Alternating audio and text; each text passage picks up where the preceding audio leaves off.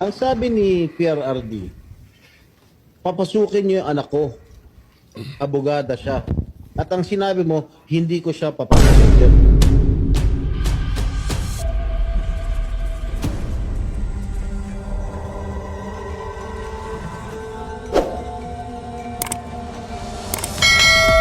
Ang sabi ni PRRD, papasukin niyo yung anak ko. Abogada siya. At ang sinabi mo, hindi ko siya papapasukin. Why not, Gerald Torre? That is a decision. That is a decision. That is my call, sir. That is my decision. Considering that Okay. he had already been assisted by 3 lawyers all throughout Okay. that time, sir. And gabi na ho yun, sir. The request was made at around mga 9 o'clock na, sir. 11 hours Gerald after Torre, ganito, the ha? first arrest. Tanggalin mo na yung titulo ni Inday Sara. Kalimutan mo na siya na Vice President siya. Pagpalagay natin hindi siya Vice President. She is an immediate member of the family. Nung kami po ay nakakulong, ang immediate members of the family, 24 hours pwede bumisita sa amin, nakakulong kami. Eh ito, hindi pa nakakulong. Anak ito. Bakit hindi niyo pinapasok?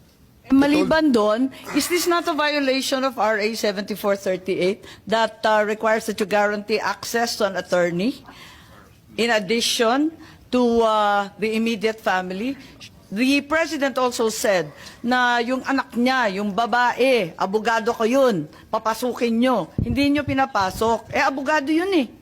Actually, sir, Exactly. first to answer the question of Senator Estrada, sir.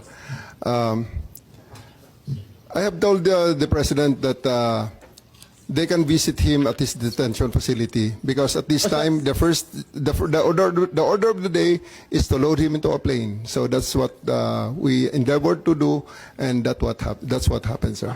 Ano niya bibisitahin yung tatay niya sa Netherlands? Hindi naman dito tinray eh. Hindi naman dito kinasuhan eh. Sa ibang bansa eh. Oh, bakit hindi niya man lang binigyan ng kortesiya yung anak na isang abogada na magkukonsulta?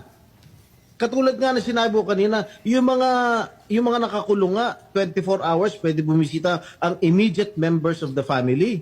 Bakit ito hindi pa nakakulong, hindi niyo pinapasok yung anak?